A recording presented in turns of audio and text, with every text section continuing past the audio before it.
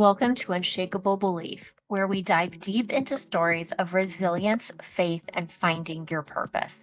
I'm your host, Monica Connolly, here to help you unlock your inner strength and take action toward a life you love. Let's get started. Today, I'm excited to welcome Lisa Humphrey to the show. Lisa is an accomplished coach and a speaker who specializes in helping women navigate life's transitions and create meaningful, lasting change. From overcoming personal challenges to mastering the art of self-love, Lisa shares her unique journey of resilience and empowerment. She's going to offer us insight into how to break free from limiting beliefs, embrace new possibilities, and live with purpose. If you're ready to reclaim your confidence and take bold steps towards your best life, this episode is for you. Lisa, I'm so excited to have you here today. Goodness, I'm We so excited to be here. connected actually pretty recently, just over the summer, and really got to be able to be in some rooms together and hear more of each other's story. Amazingly enough, we have both been on these incredible transformation journeys. We have both lost significant amounts of weight. We've jumped down the personal development road, and we've both stepped into coaching. Looking back at that, what was a defining moment when you knew that you had to make changes in your life? Oh my gosh, yeah, it was a really defined moment. Basically, what had happened was I had woke up one morning and I just had this like weird headache. And it wasn't like a normal headache. It was like should probably look into this headache. And I ignored it. I had not been taking very good care of myself. I had let myself gain a bunch of weight. Looking back at it now, like I was depressed. I was depressed. And this headache just appeared one morning and I'm like, I'll sleep it off. I'll take, the Motrin, the Tylenol, all the things that we did. And it just wasn't going away. And it wasn't going away with sleep. And about 7 o'clock that evening, I was scared because it was just different. And I got up and I told my family that I was going to get some milk. And I drove myself to an urgent care. And they took one look at me and they're like, you need an emergency room right now. And they called an ambulance and they took me to the emergency room. And if you've ever been in an emergency room, it's chaotic. It's just chaotic. People are like running around everywhere. And I could tell by the way they were acting that something very serious was going on. And I was really, really terrified because again, like I just thought it was a headache. And I remember looking over at the nurse that was like on my left side and I said, am I going to be okay? Like, am I going to die? And she's like, honestly, we don't know. We're doing everything we can. Oh my And I'm like, gosh. whoa, like that was so difficult to hear. And I'm like, but it's just a headache. And she said, no, it's way more than a headache. And I still didn't really know what was happening to me other than they had me hooked up to every monitor that they could possibly hook me up to. And they were taking blood and they were giving me medications. And finally, like things had kind of calmed down and I was in the room by myself and the doctor came back in. And he kind of like sat a little bit on the edge of the bed and he said, do you know how close to dying you are today? And I said, I'm guessing pretty close by what has just transpired. And he said, listen, if you don't make changes, you will be dead in the next 6 months. You will never come back from something like this again. And basically, what had happened was my blood pressure was so high, it was like in the level of having a stroke. Thankfully, I did not have a stroke. I caught it in time. And my heartbeat was very, very irregular. And this was because I wasn't taking care of myself. I was eating horribly. Exercise was not a word in my vocabulary. And I was depressed and it led to some very significant weight gain. And so that was the moment right there that I knew I had to make a change. And something that I would like to share is that you were a nurse, and I've worked in the healthcare industry for over 20 years. And what I've seen is that people that work in the healthcare industry, medical professionals, they're the worst about taking care of themselves. Terrible. They really are so bad about taking care of Terrible. themselves. Yes. And When you're on the other side of that, like when you're like the patient, like all of your knowledge is out the window because you're like, what is going on? Like, and I had been in those situations taking care of people plenty of times. But now that I was on the other side, I'm like, what is going on? What's happening right now? Right? Yeah, it's very easy when you live when you work in the healthcare industry, whether it's a provider or administrative, you become very consumed with your work and that Yeah. nurses and doctors put in such long hours and trying to maintain that healthy balance between work and life, it gets very clouded and Mm. yeah, it's something that I saw, it's something that I went through as well. So it's something that I think there needs to be more conversations about it. We put Yeah. so much pressure on medical providers. They have to be perfect, and we forget that we're patients. Yeah. They don't have all the answers and to, put that expectation down is really it really puts them in difficult positions. Agreed. Agreed. Yeah. And I know for me, my weight loss journey wasn't just about physical transformation. There was a lot of mental healing, emotional healing, trauma healing. What did you discover about yourself through your weight loss journey beyond just the physical changes? Yeah, that's a great question. So at first, like, he's like, if you don't change in 6 months, you're gonna be dead. And I'm like, what does that mean? Can you like give me the answers? Like, I don't even know what that means. And so, I mean, in nursing school, they don't give you any kind of other than like an hour of nutrition training, right? We're just trained to care for sick people. We're not trained to like, provide some preventative care or some nutrition that would help a lot of things. And so during my weight loss journey, I learned a lot about myself. I learned a lot about my resilience. I learned that I could become unstoppable physically, and I was very disciplined in my eating. But what happened was I went through this massive 200-pound weight loss and everything was good. My body was good. My numbers were coming back good. I felt good. I was eating great food. But what happened was I didn't take my mindset with me. I didn't know anything about that back then. I just knew that I had to be physically good if my body was going to continue for another 6 months. And so I noticed myself like as I was like hitting that 200, 215 pounds lost mark, I still had the same depression issue, but it just looked different this time. It was more staying in bed or being withdrawn from people. And, it also was like, I didn't really recognize myself. Like, I still saw myself as 200 pounds heavier. And so when I would go and buy new clothes, I would immediately go in and grab the 3 or 4X, go home and take it home. And of course, like it was way too big. And I'm like, okay, yeah, you got to remember, like, you've made these changes. But it was like my mindset never went with me. I was always scared of going back to who I used to be physically. And I knew that there was some trauma that came along with that. Like it was traumatic in the way that I learned that I was, not healthy. It was very traumatic.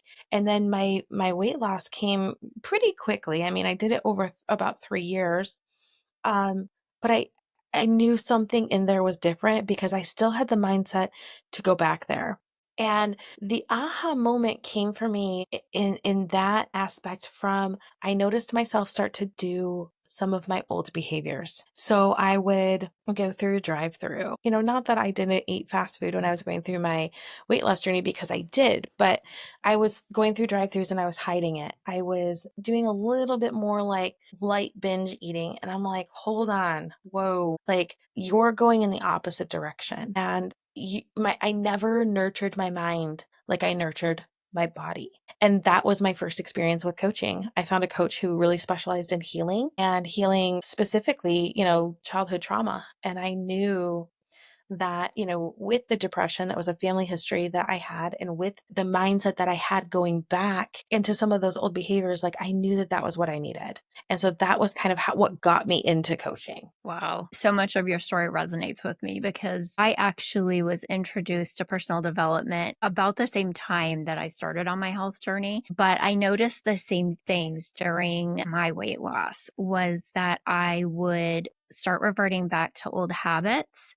But because of the coaching, I was able to catch myself and say, oh no, wait, like that's not the path that we're going to go back down. but I had the same issue where I would go into a store and I still saw myself in a specific size, Yes. and it's a really almost like a body dysmorphia where, especially as quickly as you and I lost weight, it's very hard, I feel like, for your mind to catch up to that. It And is. so, I mean, even recently, just at the event that we were at in January together, Yeah.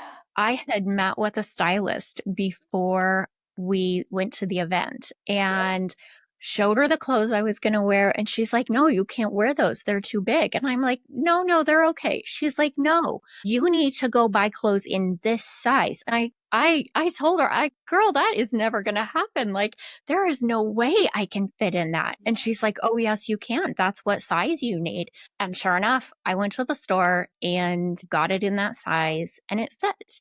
Mhm. And I haven't worn that size since I was in junior high. That's amazing. I did the same thing. Like, I ordered a Mhm. bunch of these dresses and I'm like, "What are you doing?" I Yeah, mean, I kept returning dresses. I'm like, "This company is gonna, like, start to think something's weird here." But again, like, I caught myself back in that same mindset, and I had to yeah, stop and really go back into my training and back into, like, "Hey, why are you still thinking like this? Like, this is an old thought pattern. Like, what's bringing this back up?" And it's like the small things that trigger us, right? Like the event that you and I were at, like all of our friends and fellow coaches were going to be there. Like everyone was going to be dressed to the nines. And everyone, I mean, no matter how much we love each other, it's always like we want to make sure we look just as good as everyone else. And so yeah, that was a triggering moment for me. And I reverted back and I bought all of these dresses that were so big. And then finally, I'm like, no, you stop this thought process. You go back into your training and your coaching and your healing, and you know what to do. And I found a right. dress again, like just like you, that fit perfectly. That I haven't been in that size in years and years. Yeah, yeah, it was unbelievable. Yeah, absolutely.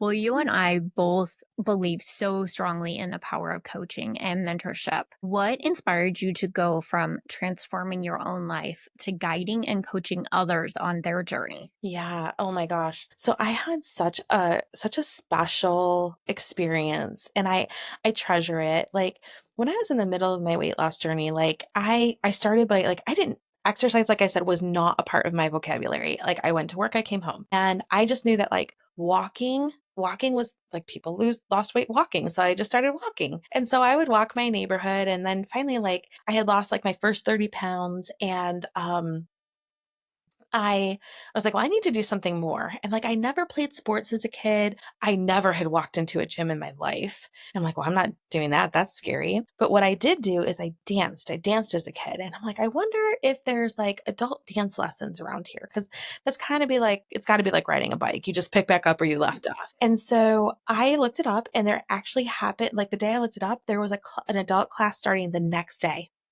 And it was only 2 blocks from my house, and I'm like, "Oh my gosh, this is, like, perfect," right? And so I signed up for the class, and I went, and I walked into the class, and it was the first time I had ever experienced this. Everyone stopped, and it got quiet, and they were just staring at me.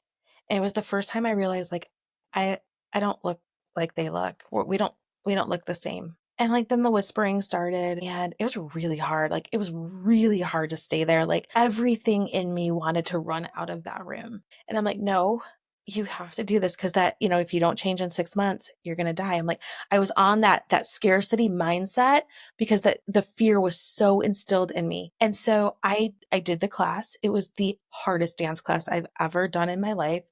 I promise you it is not like riding a bike. It does not all come back. And I finished the class and I'm like, wow, that was really hard. And so I went over to the side of the room and just kind of like bent down. I was putting some stuff back in my bag. And I noticed out of the corner of my eye, the instructor is walking over to me. And I'm like, oh, great. Like, here we go. She's going to like say something like, I can't come back to her class. And she squatted down next to me and she said, "Hey, I just want you to know you move beautifully." And like it chokes me up to this day because it was the moment that I realized that someone believed in me more than I believed in myself. She didn't even know me. And I'm like, did she just watch the class I just did? Because that was not beautiful.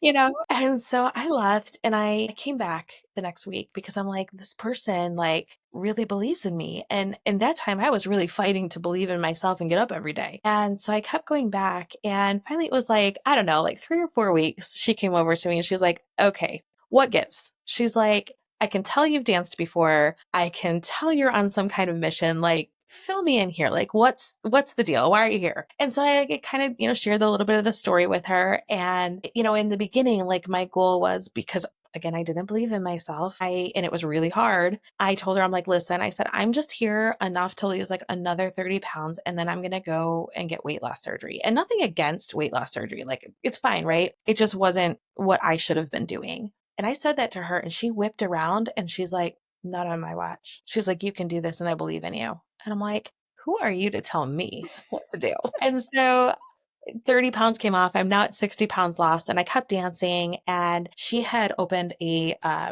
like a yoga and a fitness studio during that time. And so I like started taking some classes, some like fitness classes at her new studio and still dancing with her. And we just had formed like this really amazing friendship. And if I didn't show up for class, she would call me and would not start class until I got there. She's like, no, she's like, we're not starting until you get there. And all of those ladies who had started like pointing at me and whispering that first day became some of my closest friends. And when I hit the 200 pounds lost mark, she had been with me every step of the way. And she had kind of like let go of the business that she had started. And by that point, like I was teaching some things. I'd gotten yoga certified, I'd gotten Zumba certified. So I was teaching some fitness classes, and she had kind of ended that partnership. And she's like, why don't we go in and do something together?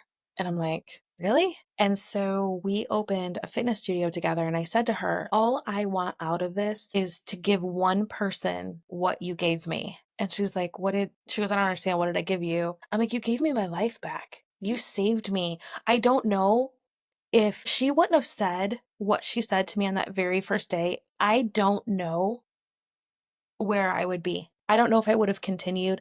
I don't know if I would have given up.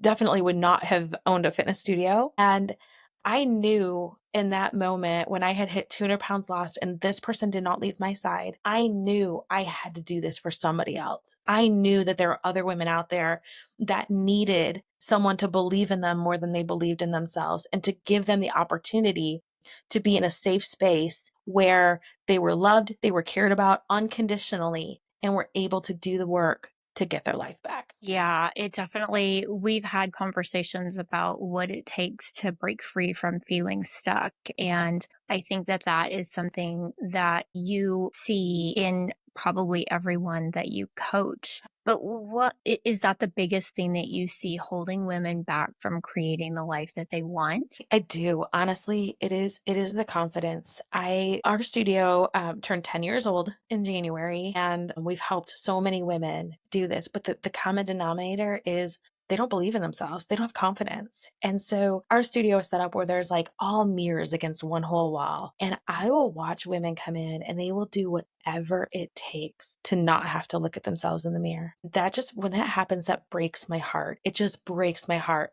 These women are unable to look at themselves in the mirror because they're just so full of fear and they don't know where to start. They don't have any confidence. But the coolest thing is to watch them. And each week they start inching closer and closer to that front row until, they've been in our studio for a little bit and there they are. We call them the front row divas. And, they're in the front row and you can just watch someone get their confidence. You just see it in them. Their eyes light up, their smile becomes bigger. They walk in a little bit taller.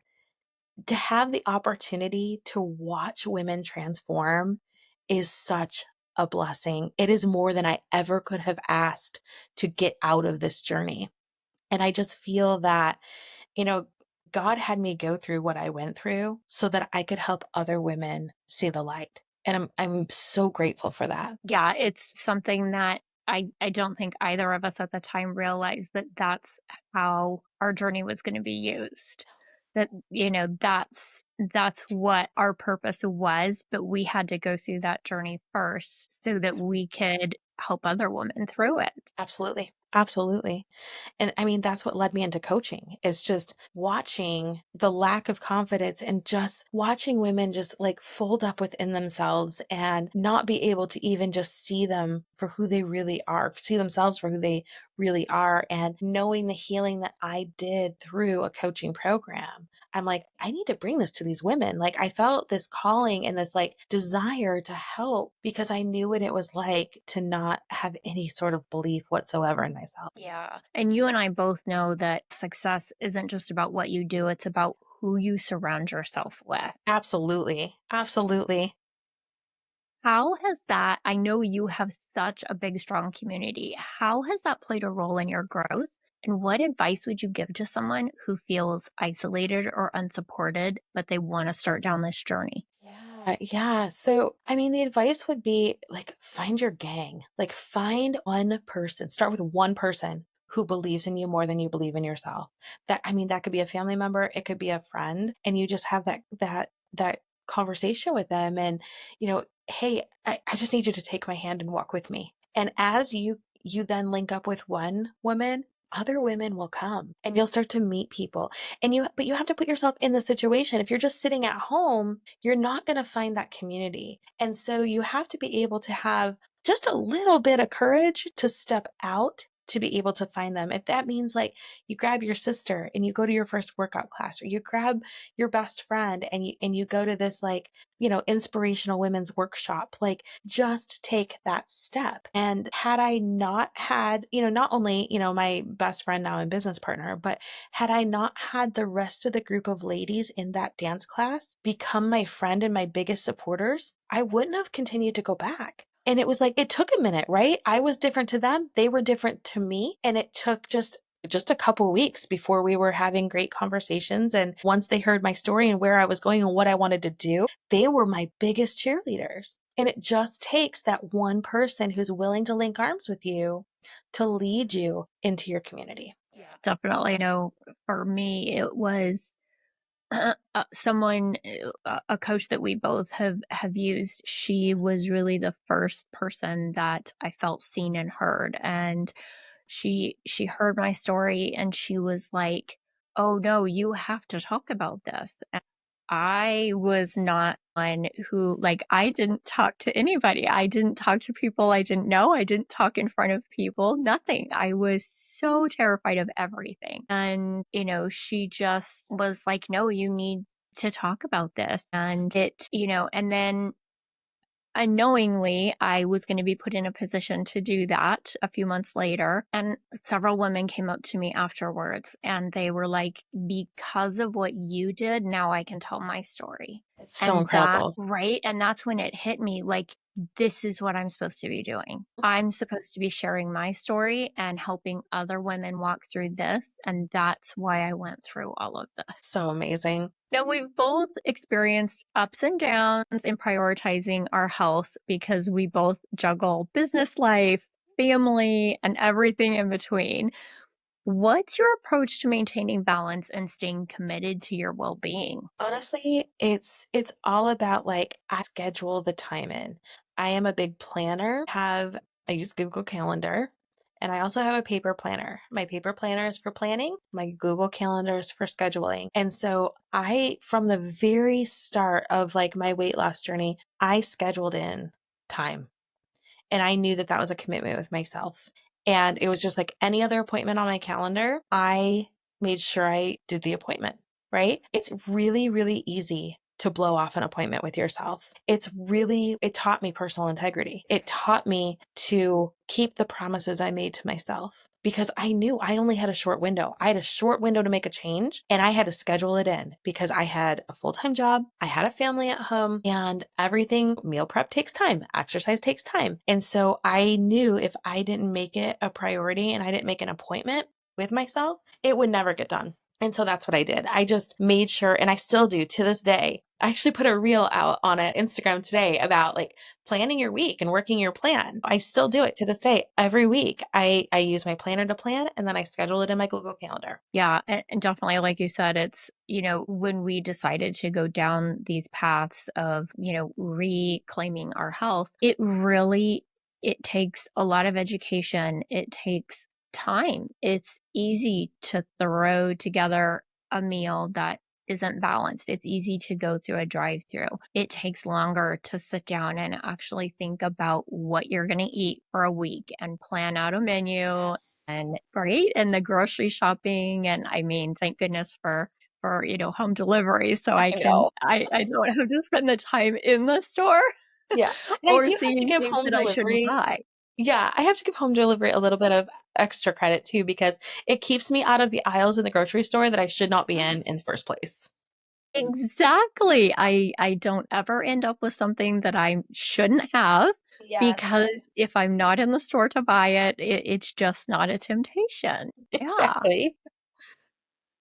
So what are some non-negotiables in your daily routine that help you keep feeling your best? Absolutely. Non-negotiables for me are my personal exercise. Like I own a fitness studio, right? I am teaching classes and personal training clients all day, every day. My workout is not their workout. Their workout is not my workout. So I always make sure that the non-negotiable is I get my workout in that's separate from any class that I teach. Another non-negotiable is I make sure that I always have fresh fruits and vegetables available to me. That's always in my house. And I make sure that I do at least have like 2 of my meals per day are whole food based, non-negotiable. And I always make sure that I make time 10, 15 minutes a day to either journal or read something to just nourish my mind. That's a non-negotiable as well. Yeah.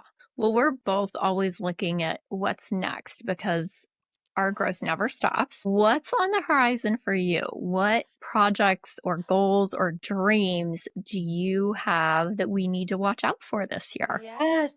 I have a podcast launching in the beginning of March, which I'm super excited about. It's all in the works now.